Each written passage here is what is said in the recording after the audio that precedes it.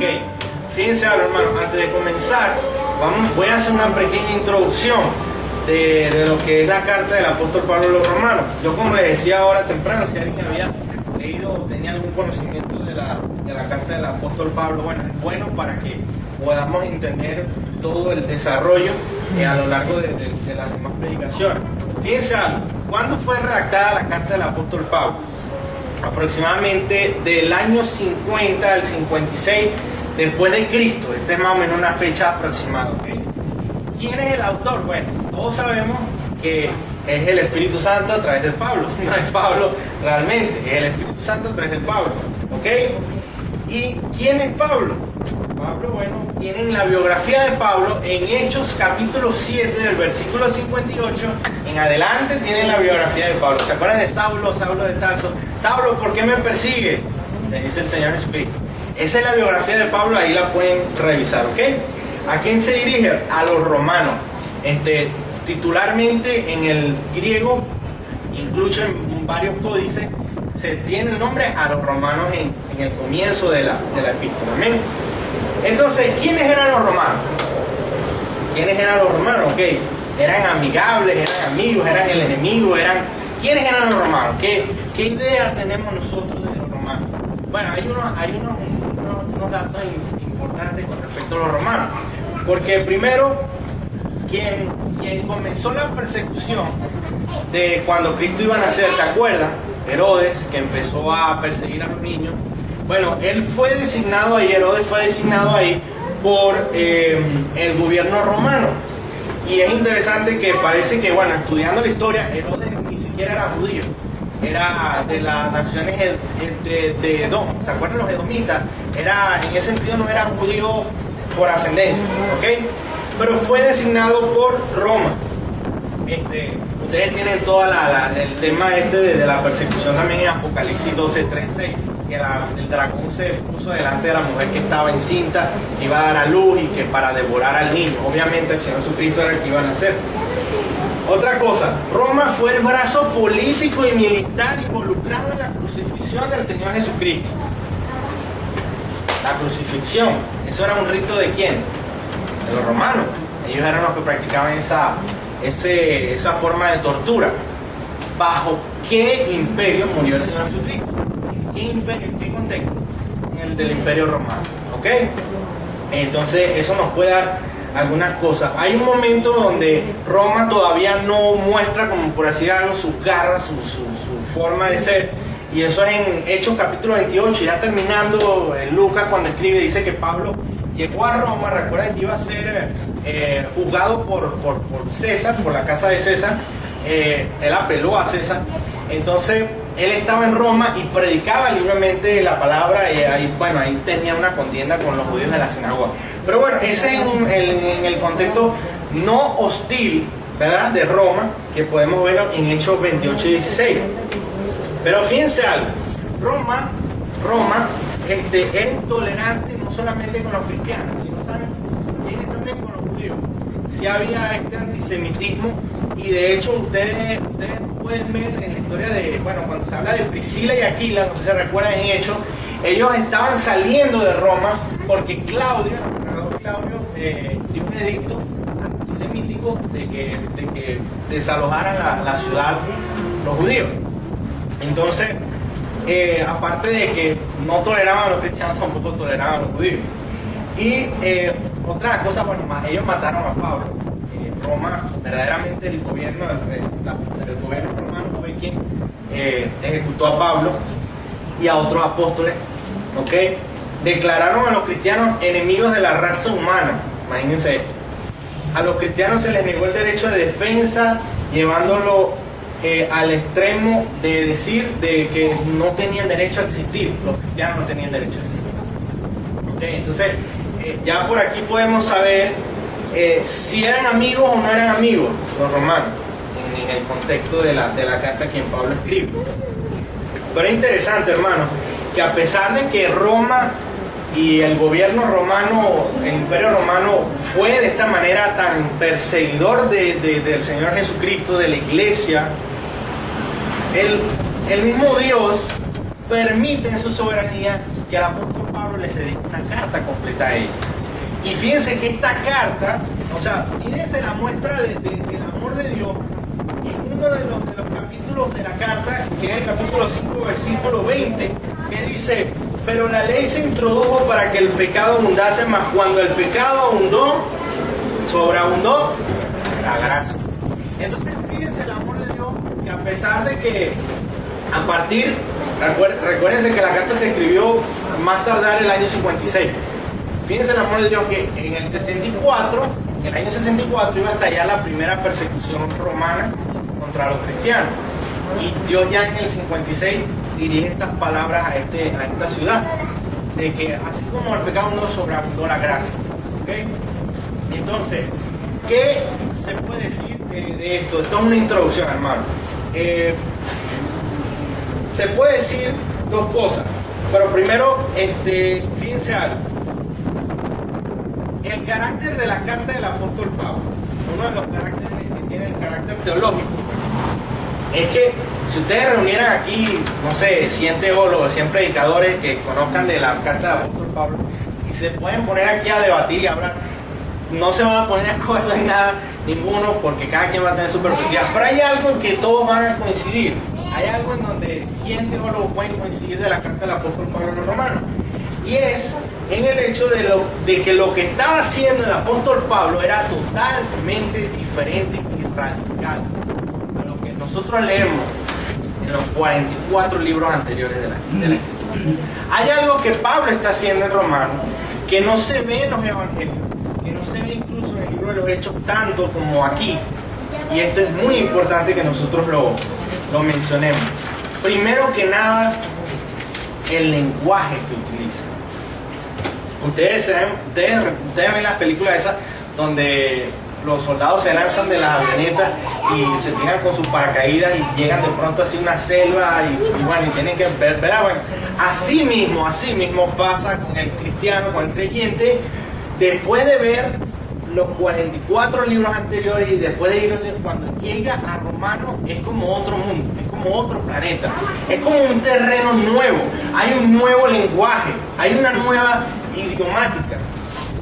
Amén. Entonces fíjense algo. ¿Qué podemos decir de esto? Bueno, empecemos por la gracia.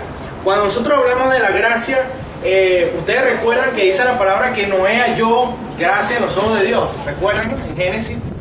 Bueno, ¿qué pasa con el millón de personas que no halló gracia en los ojos de Dios? Hallaron otra cosa, hallaron el juicio de Dios. Ahora Pablo habla de la gracia, expone la gracia, y fíjense algo, hermano, la separación y la brecha entre judíos y gentiles parece que se cierran, hermano, todavía más, porque de hecho nosotros vemos que están los judíos, que son los primeros que creen, que son los primeros que se convierten, viene Cornelio, la casa de Cornelio, viene así sucesivamente, pero cuando llegue a Romanos, Pablo habla totalmente diferente con respecto a los judíos. Primero, en Mateo 10 dice: por camino de gentiles no vayáis, dice el Señor Jesucristo en Mateo 10. Pero en Romanos 3:29, Pablo dice: ¿es Dios solamente de los judíos? ¿No es también Dios de los gentiles? Ciertamente de los gentiles, también de los gentiles. Entonces fíjense la diferencia radical que viene haciendo Pablo ahora a partir de su exposición aquí en Romanos. La palabra gracia. ¿Cuántas veces se menciona en los 4 evangelios? Juntos, en los 4 evangelios. 10 veces. 10 veces se menciona la palabra gracia en los 4 evangelios. Cuando llegamos a Romanos, solamente en el libro de Romanos se menciona 24 veces. 24, solo en Romanos. Cuando evaluamos todas las cartas paulinas, incluyendo Hebreos, que no se sabe si es de Pablo o no, pero yo no voy a entrar en debate con eso, pero si dijéramos que fuera del apóstol Pablo, ¿saben cuántas veces se menciona la palabra la gracia? 97 veces. 97 veces. Entonces, el apóstol Pablo verdaderamente está haciendo algo totalmente radical y diferente. La palabra gentiles en los evangelios, en los 4 evangelios juntos, se menciona 14 veces. En Romanos aparece 24 veces nada más en el libro de Romanos. La palabra fe en Romanos, solamente en Romanos, se menciona 40 veces. 40 veces. Y si ustedes quieren saber por qué en parte existió una reforma en el siglo XVI, el siglo XV, y nosotros nos separamos de la Iglesia Católica en parte, tiene que ver con el libro de Romanos. De hecho, Martín Lutero fue por el Señor, o sea, llevado a llegar a la conclusión de que solamente por fe, y Pablo, eso es lo que está haciendo aquí en Romanos. ¿Cuál es el propósito de Romanos? ¿Por qué digan Romanos? ¿Pero por qué Romanos? ¿Por qué comenzamos con Romanos? Porque Romanos es fundacional, el carácter es... De hecho, hay alguien que dijo que era el magnum opus, que es como la obra más grande del apóstol Pablo. O sea, de todas sus cartas, la que más se destaca es Romanos. ¿Pero por qué Romanos? Porque hace un basamento para nosotros ahí descansar. ¿Y cómo decimos nosotros que descansamos? Descansamos en fe de que es en la obra de Cristo. Amén. Solamente. Y ese es nuestro basamento. Y eso es lo que Pablo hace en Romanos. Y por eso arrancamos con Romanos ahora, porque estamos haciendo fundamento, basamento. No que lo diga ahí la hermana Natalia, que es ingeniero civil. Que lo primero que se hace en la construcción es que las fundaciones, el basamento. Entonces, ese es un carácter que tiene un carácter teológico la carta. ¿Ok? Lo que hace el apóstol Pablo, que es radical. Pero otra de las cosas, que es lo que ahora yo estoy hablando, es lo del carácter fundacional que tiene la carta. Fíjense lo que dice Romanos 1, versículo 11. Presten atención, miren lo que dice. Porque deseo veros para comunicaros algún don espiritual a fin de que seáis confirmados. Él arranca así, el apóstol Pablo arranca así. ¿Cómo va terminando el apóstol Pablo? En el capítulo 16, versículo 25. Dice, y al que puede confirmaros según mi evangelio y la predicación de Jesucristo. Confirmados y confirmados. ¿Ok? Confirmados tienen que ver con un proceso de evolución, de crecimiento. Confirmados cuando está terminado tiene que ver con permanencia.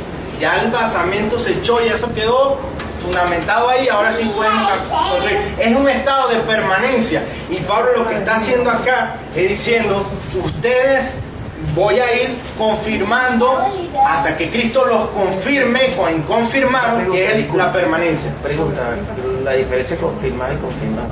Confirmados.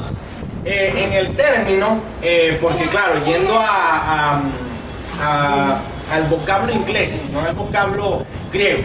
En el vocablo inglés hay una diferencia entre establish, que con una E delante, empezando, y establish sin E. La E lo que hace es cambiar el término de un estado de evolución, de constante crecimiento, de que puede ser, pero no puede ser, hasta establish sin la E, que significa estado de permanencia. ¿Ok? Entonces, cuando nosotros decimos confirmados, que Pablo está comenzando, él se refiere a un proceso de evolución, de crecimiento, de ir poniendo, así como cuando ustedes ponen los bloques que van subiendo y van subiendo, ¿verdad? Así, hasta que la casa queda completa, queda lista. Cuando queda completa y queda lista, ¿qué se dice? Que está acabada, pues está en un estado de permanencia, ya, ahí quedó fija.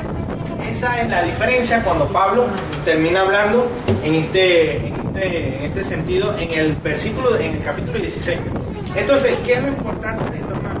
Que Pablo no está diciendo aquí que después que leamos todo Romano ya estamos en estado de permanencia. No está diciendo eso. Pablo lo que está diciendo es que hay un punto donde el creyente llega a un estado de permanencia. Obviamente, tiene que haber un basamento, tiene que haber un fundamento, y eso es lo que Pablo comienza a hacer. Fíjense algo. El término, ustedes saben que el término se da mucho en este caso, lo de la arquitectura. Ustedes se acuerdan cuando el Señor habla en Lucas 6:48 que dice, semejante es al hombre que al edificar una casa cavó y ahondó y puso el fundamento sobre la roca, y cuando vino una inundación el río dio con ímpetu contra aquella casa, pero no la pudo mover porque estaba fundada sobre la roca. ¿Se acuerdan de esto? Que tiene que ver con Cristo es la roca. Cristo es la roca. Pero fíjense algo, esto lo puede confirmar Natalia también. Cuando se va a hacer un edificio, lo primero que se hace es que la fundación. Pero dependiendo de la altitud del edificio, se debe profundizar obviamente hacia abajo. No va a ser fácil, pero lo que quiero decir es que hay edificios que deben llegar incluso hasta la corteza de la roca, no sé cómo se llama eso, la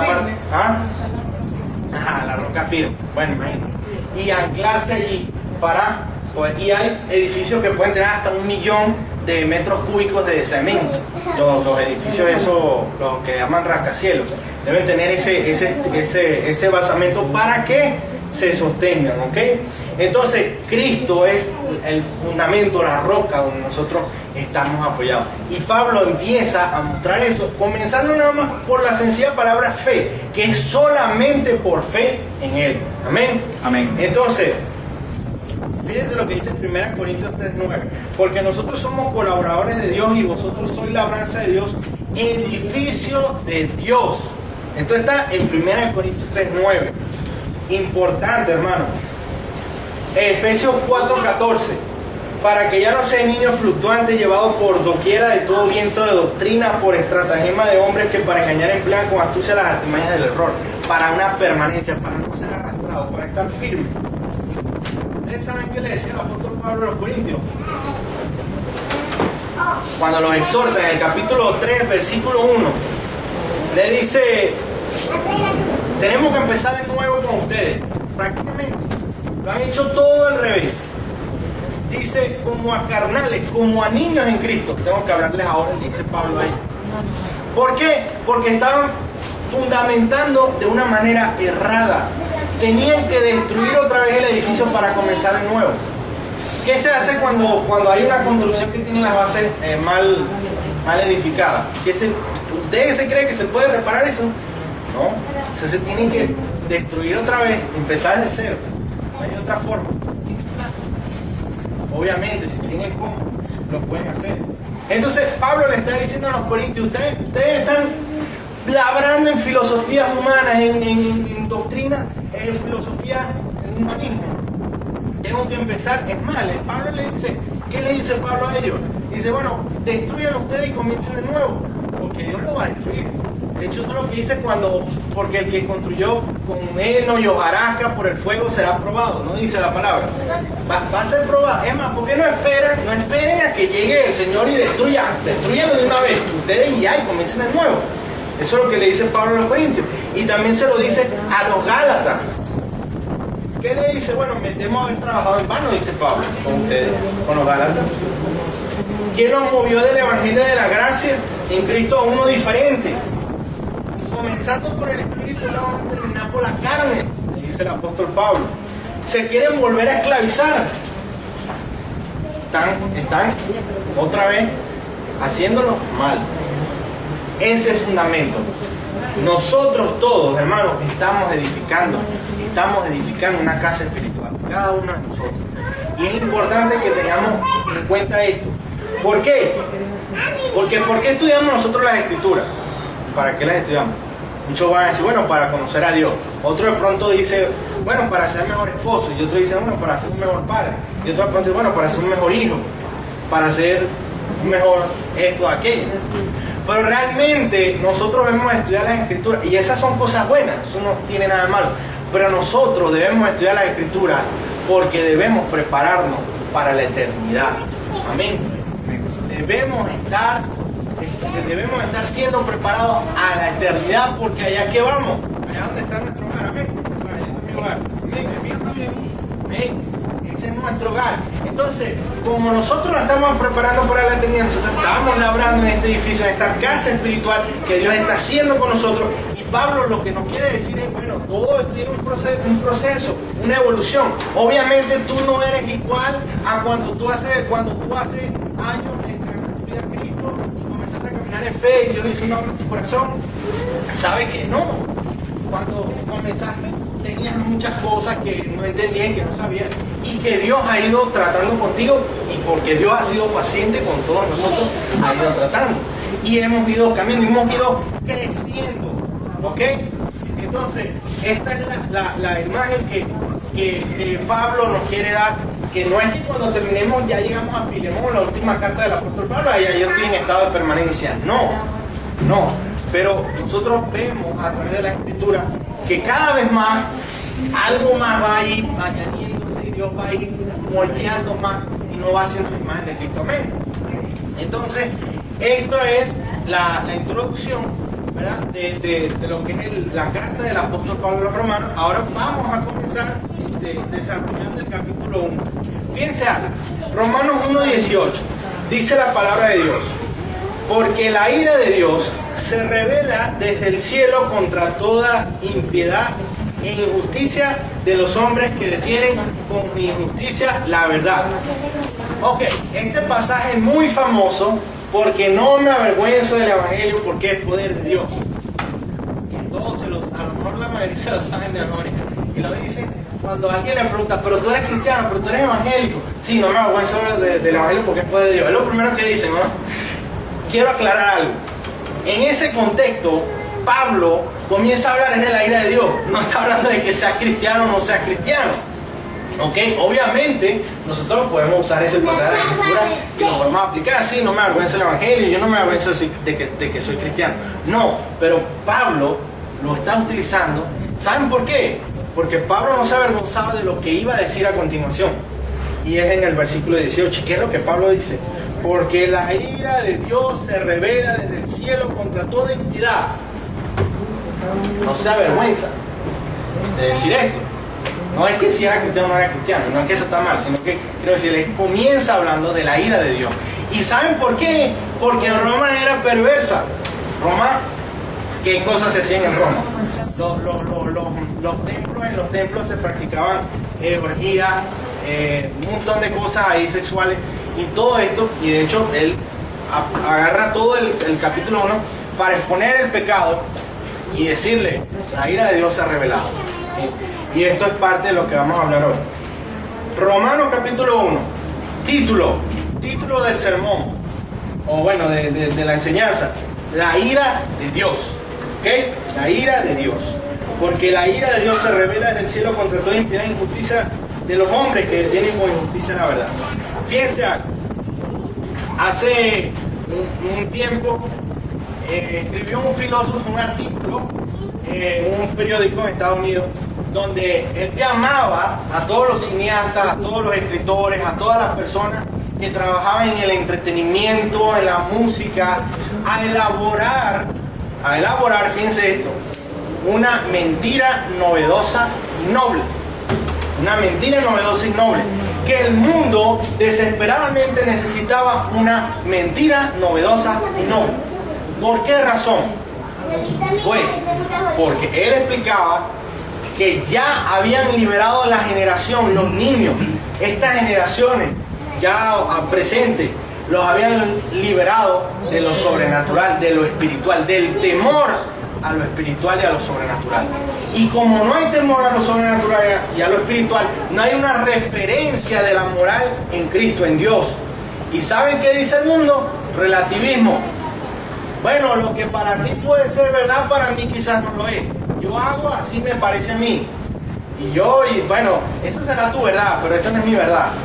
Entonces, como no hay una verdad absoluta, entonces cada quien escoge su camino, escoge su rumbo. ¿Y saben qué ha concluido todo esto? Que no hay manera de explicar la maldad.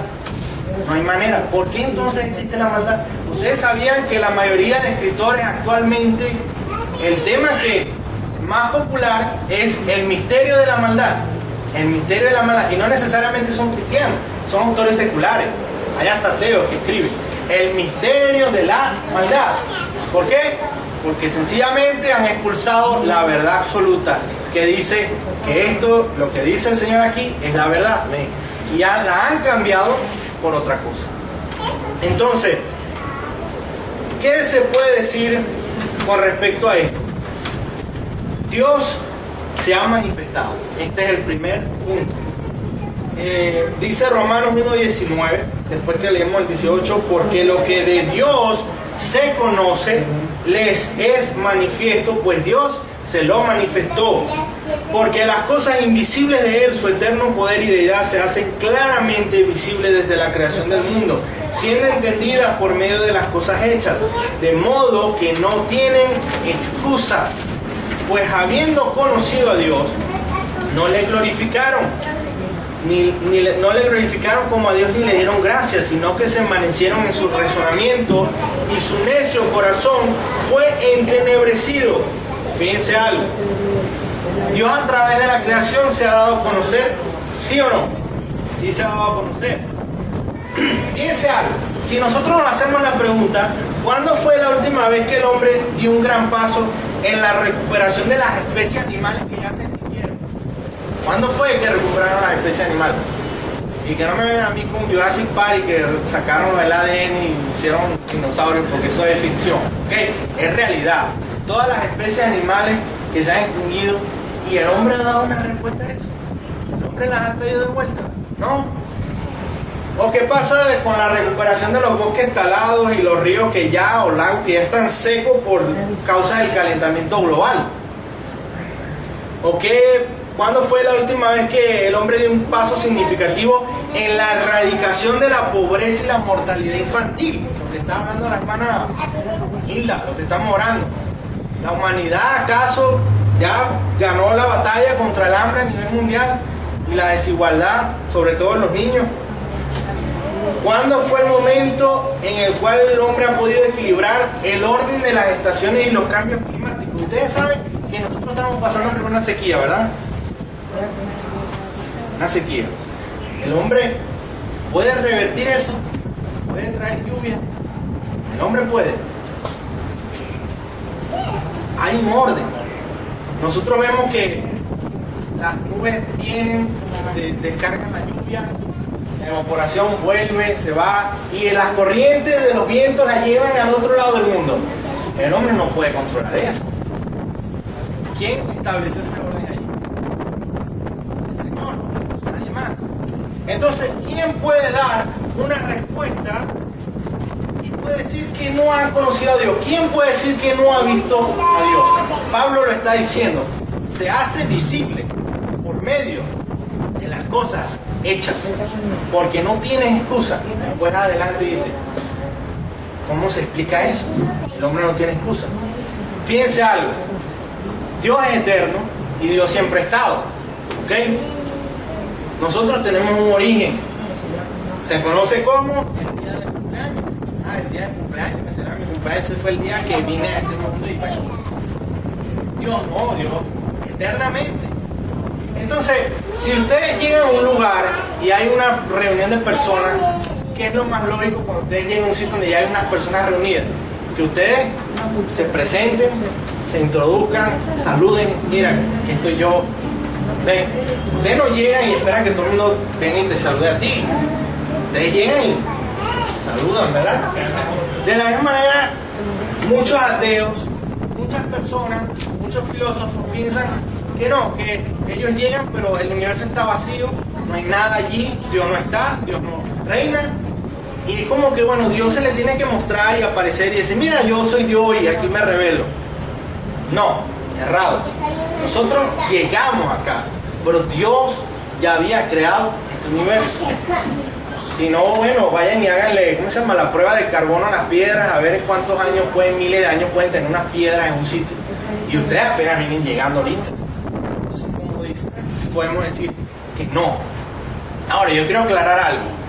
El hombre no tiene la voluntad interna de hacer eso, de reconocer a Dios. Dios se lo demanda, pero el hecho de que Dios se lo demanda no quiere decir que esté capacitado para ver a Dios, para reconocer a Dios. Dios tiene que venir y hacer una obra en el corazón del hombre. Amén. Para que el hombre lo pueda ver la luz, para que las escamas caigan de sus ojos, como pasó con el apóstol Pablo. Amén. Entonces, de esa manera, hermanos, Dios ha creado el universo, el orden cósmico, y Dios evita que de pronto mañana un meteorito venga y se estrelle contra la tierra y acabe con nosotros, que el hombre no puede hacer eso, a menos que sea como la película Armagedón y tal, pero como eso es también ciencia ficción. Pero Dios mantiene ese balance, Dios mantiene el orden cósmico. La palabra manifestado significa, en griego, que es faneros, significa algo que es público, que es exterior, que es patente, que es notorio. Significado. Esa es la verdad en Dios que se ha manifestado. Entonces, comencemos entendiendo que Dios se ha manifestado, que Él es eterno y que nosotros no venimos aquí a cambiar las reglas del juego y a cambiar todo. No. Fíjense algo, hermano. Qué interesante la depravación humana. A pesar de ver esto de que estamos incapacitados, nosotros venimos a la tierra y venimos con un orgullo y una arrogancia de que Dios nos reconozca, de que Dios nos mire, de que Dios se venga a nosotros, cuando es totalmente lo contrario. Somos nosotros los que nos debemos a Él. Amén. Parece la ironía de la humanidad. Entonces, Dios manifestado, que es lo primero que estamos diciendo, lo que estamos hablando. Ahora, el segundo punto es el hombre manifestado. El hombre se manifiesta. ¿Cómo se manifiesta el hombre? A través de la rebelión. ¿Sí? Fíjense, la palabra en Romanos, en lo primero, en el versículo 18 y 19, la palabra que se hace, como dice aquí, patente es conocido, manifiesto. Dios se ha hecho manifiesto, es claramente visible. Eso es lo que Pablo está diciendo en los primeros versículos. Él está aclarando que Dios, que no hay excusa, que Dios está allí. Ahora, cuando nosotros vamos al versículo 23 del mismo capítulo de Romanos, dice algo interesante. Dice, y cambiaron la gloria del Dios incorruptible en semejanza de imagen de hombre corruptible. ¿Ok? Después el 25 dice, ya que cambiaron la verdad de Dios por la mentira. ¿Ok? Honrando y dando culto a las criaturas antes que el Creador, el cual es bendito por los siglos. Dos cosas aquí importantes. Fíjense, cambiaron la gloria de Dios, del Dios incorruptible, en semejanza de imagen de hombre corruptible.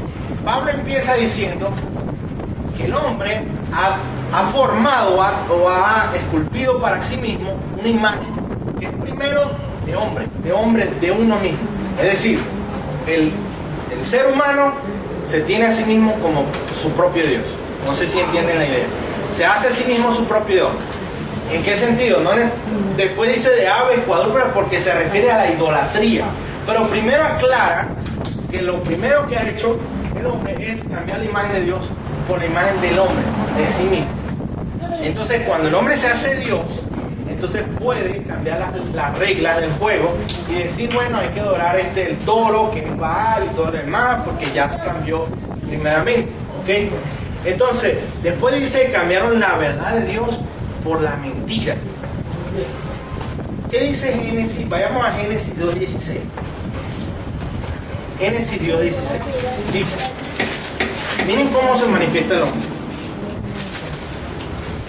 Génesis 2.16 dice, y mandó Jehová Dios al hombre diciendo, de todo árbol del huerto podrás comer, mas del árbol de la ciencia del bien y del mal no comerás, porque el día que de él comieres, ciertamente ¿qué? Morirás. Okay. Génesis ahora 3, versículo 6. Génesis capítulo 3, versículo 6. Miren lo que dice aquí la palabra.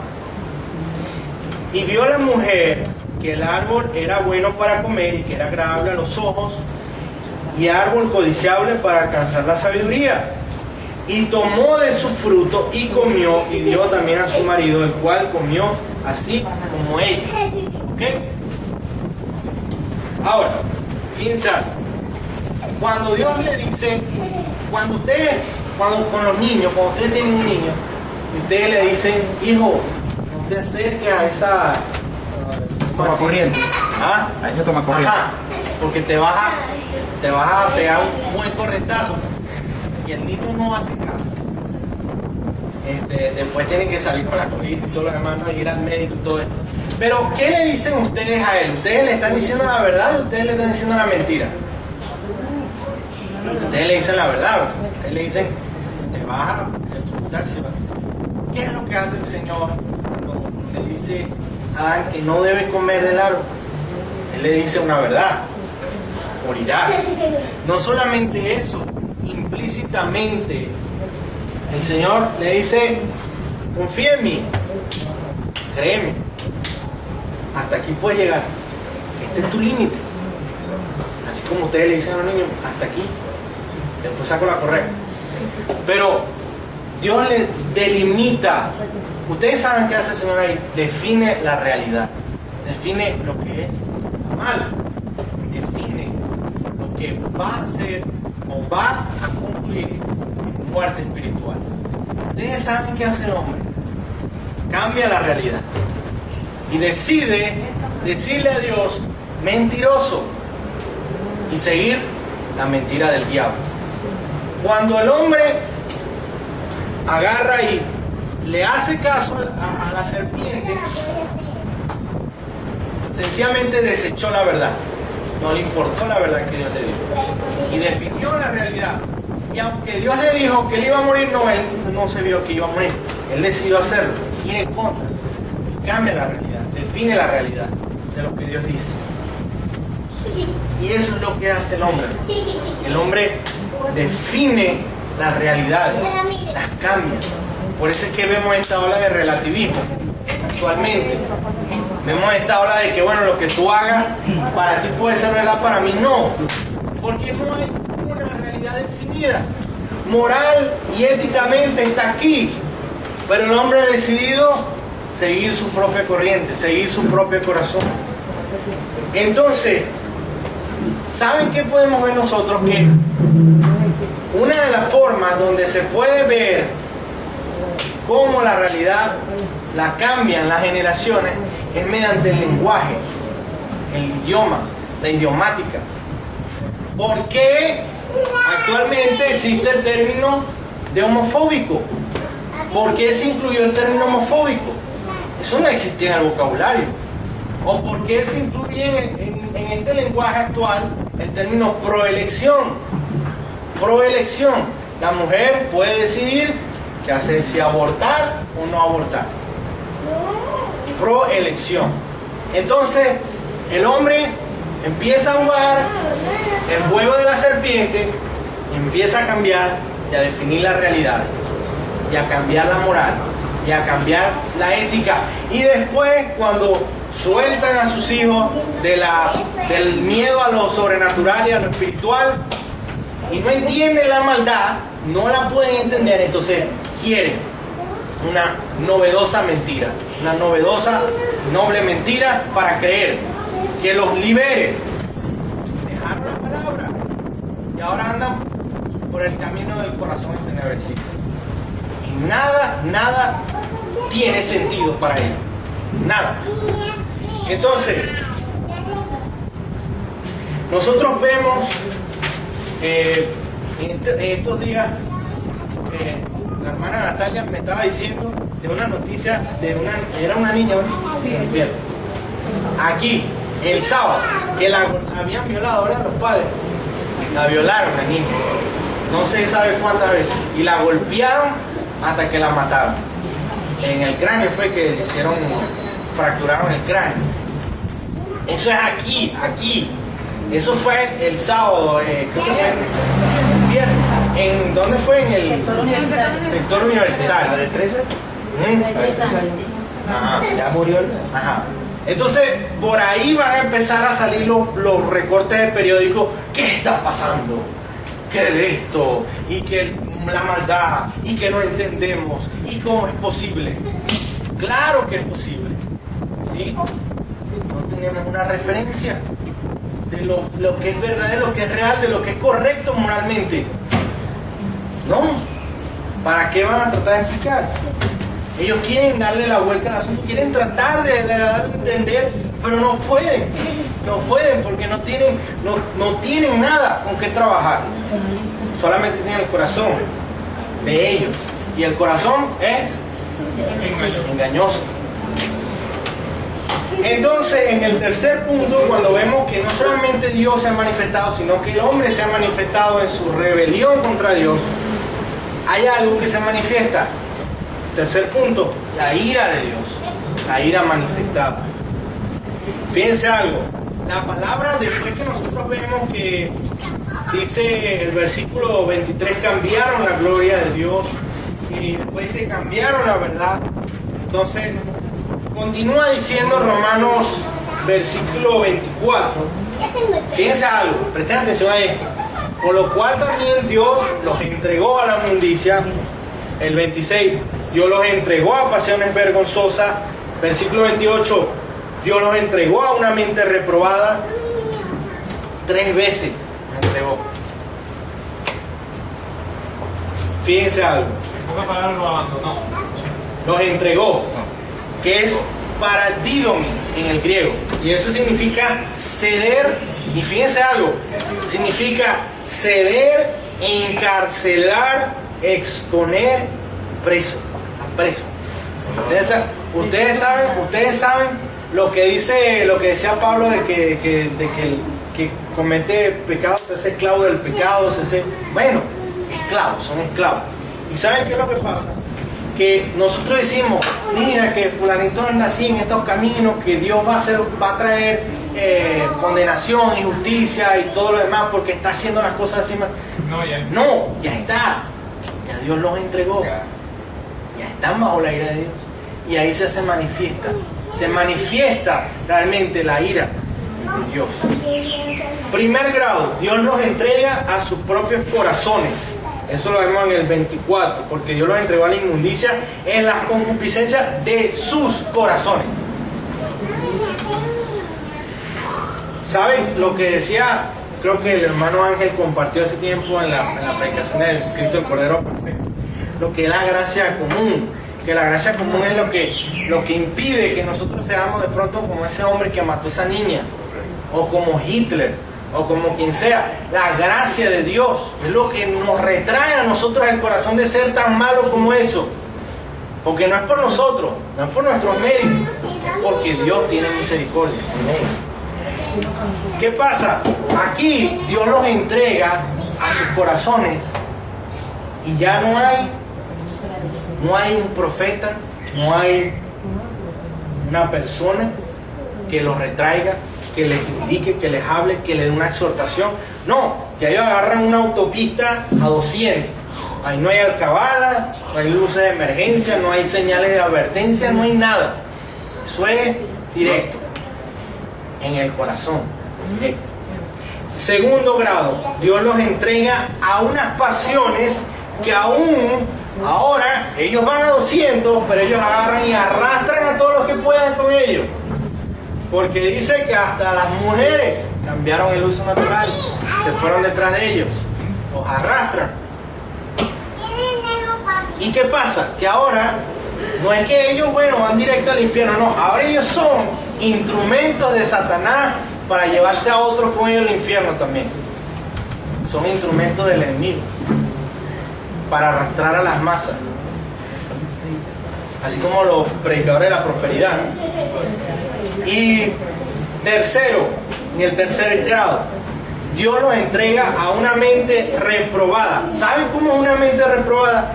Incapaz de distinguir y de discernir el bien y el mal. El último grado es cuando deciden decirle a lo bueno, malo, y a lo malo, bueno. Y cambian lo negro por blanco y lo blanco por negro. Redefinen la realidad, la cambian, la tergiversan. Entonces, hermano, ¿cómo podemos aplicar esto a nuestras vidas, a la iglesia? Para concluir, primero, Dios se ha manifestado. Es lo primero que hablamos, el primer punto. Fíjense, Dios se manifestó a nosotros a través de ¿qué? De la palabra, de su Espíritu Santo, ¿verdad? Y en ella nosotros estamos asidos. Nos vamos acá a la Escritura, nos apropiamos de la fe en Cristo Jesús para nosotros creer en esperanza. Una reflexión importante acerca de la Escritura.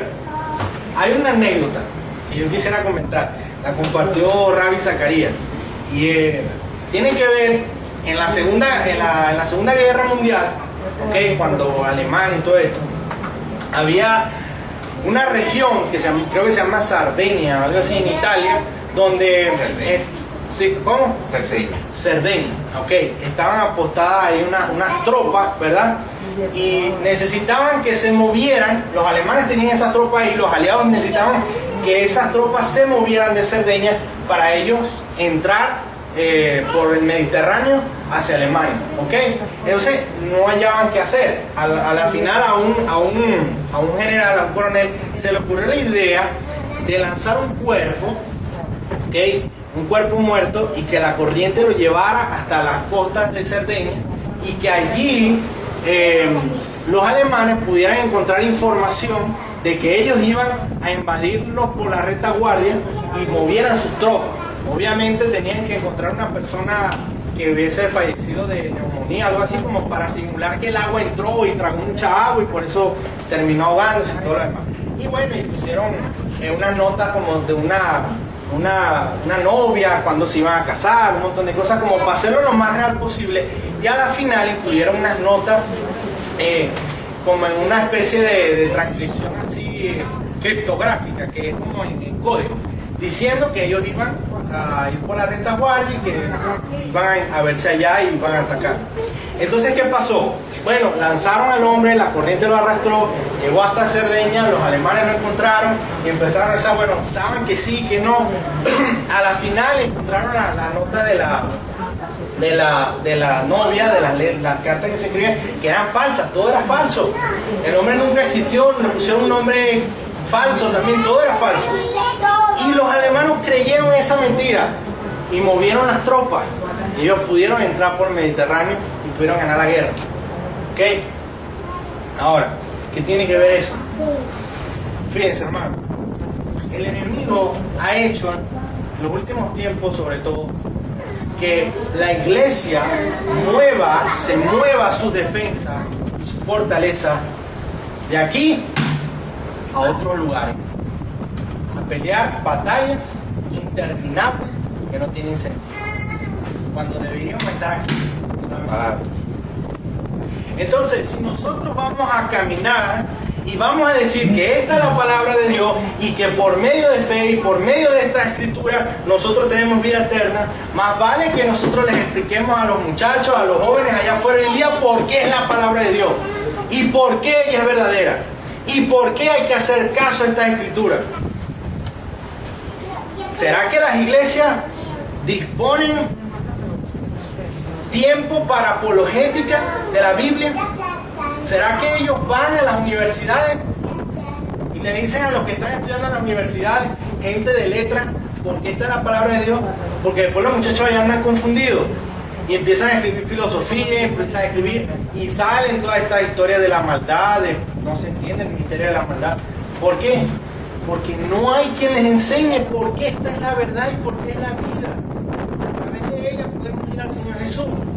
Entonces, no nos movamos de esto. No nos movamos de esto. Es necesario entender que debemos permanecer en las Escrituras, hermano.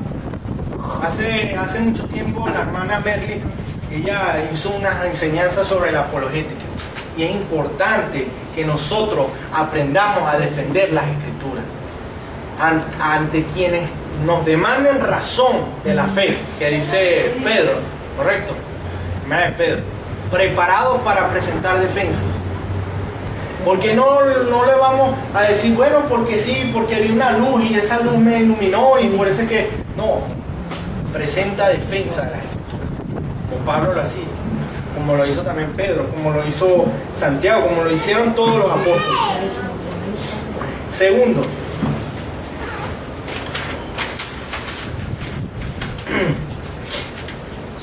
fíjense algo.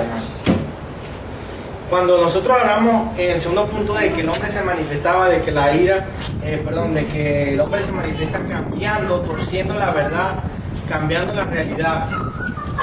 Hay una aplicación para la iglesia hoy en día, para los cristianos. ¿Cuál es esa aplicación? Fíjense algo. Cuando Adán desobedeció a Dios, que fue echado del huerto del Edén, se movió hacia ¿dónde? Hacia el este, dice la palabra. Hacia el este se fue. Cuando Caín mató a Abel, presten atención porque esto es muy importante. Cuando Caín mató a Abel, se fue hacia el este. Cuando los hombres se reunieron para construir la Torre de Babel, ¿se acuerdan la Torre de Babel? Para confundir las lenguas, que por cierto, ellos querían llegar y redefinir todo, y Dios confundió las lenguas precisamente para evitar que redefinieran toda la realidad de la verdad. Bueno, cuando cuando ellos se movieron, la gente de Babel se movieron al este también. Abraham se reunió con Lot y le dijo, bueno, tú tienes para escoger la tierra. Lot, tú tienes primero la oportunidad, escoge tú primero la tierra, le dice a Lot. ¿Y Lot qué escogió? ¿Los valles de qué? De Sodoma, de Gomorra, al este. Abraham fue el primero en moverse al oeste, fue el primero. Y Dios lo bendijo. Y le dio la tierra del norte, la tierra del sur, la tierra del este, la tierra del oeste. Y le dijo, tu descendencia será como el número de las estrellas. Nosotros tenemos que estar dispuestos a ir al oeste cuando el mundo vaya hacia el este. Cuando todo el mundo vaya hacia allá, nosotros tenemos que ir al oeste. No podemos ir con la corriente del mundo. Así eso implique persecución, así eso implique encarcelamiento, así implique lo que implique. Amén. Amén. Finalmente, Hay que programar los GPS. el tercer punto. Dios los entregó. Fíjense algo, Dios los entregó. Lo que estamos hablando. Fíjense algo, hay una palabra que dijo Agustín de Hipona. Yo voy a leer solamente una frase que él dijo y después la explico. Él dijo, con respecto a este versículo, Él los entregó no solo tolerando y permitiendo que se desviaran, sino también con poder, como si se tratara de una operación eficiente, no haciendo malignas sus voluntades, sino que siendo ya depravados e inicuos, fueron usados por Él como le plació, obrando muchas cosas, tanto internas como externas, por las cuales encontraron una ocasión para pecar una vez más en extremo, con cada advertencia, exhortación y peligros anunciados de antemano, sabiendo el Señor que lo abusarían para su propia destrucción. Esto lo digo Agustín de Hipona. Fíjense algo, hermano. Si no fuera por el amor y la misericordia de Dios, nosotros también estuviéramos en esa dirección, estuviéramos en ese rumbo. Y la misericordia, fíjense algo, el corazón del hombre, el mismo corazón de Hitler, el mismo corazón del que mató a la niña, si no fuera por la gracia y misericordia de Dios, nosotros estuviéramos igual, y seríamos capaces incluso de peor. ¿Qué pasa? La gracia y misericordia de Dios para con nosotros. Me dice que son nuevas sus misericordias cada mañana. Incluso para cuidarnos de nosotros mismos, para guardarnos. Y hay señales y advertencias que el Señor da y que vienen con cada segundo, con cada minuto, con cada momento y con cada día que pasa. Y nosotros podemos ignorarla, nosotros podemos rechazarla, pero el hecho de que se rechacen, de que el mundo rechace eso, no significa, en todo caso, de que Él tenga una voluntad. Significa de que Dios ya realmente los entregó y van en un camino de no solamente arrepentirse, sino desconocer a Dios totalmente. Si esa es lo que está ocurriendo en nuestras vidas, no en nuestras vidas, pero de pronto en otras personas que no sean cristianos, que no hayan reconocido al Señor como su Salvador, que no le hayan entregado sus vidas a Él, es importante que escuchemos otra vez más lo que el Señor dice a través de la palabra, de las Escrituras. Arrepiéntanse de sus malas obras y malos caminos y crean en el Señor. Vuélvanse a Él, y si pueden escuchar esa voz, no esperemos más y corramos a Él en fe. El Señor es poderoso para salvar a los que por fe se acerquen a Él. Amén.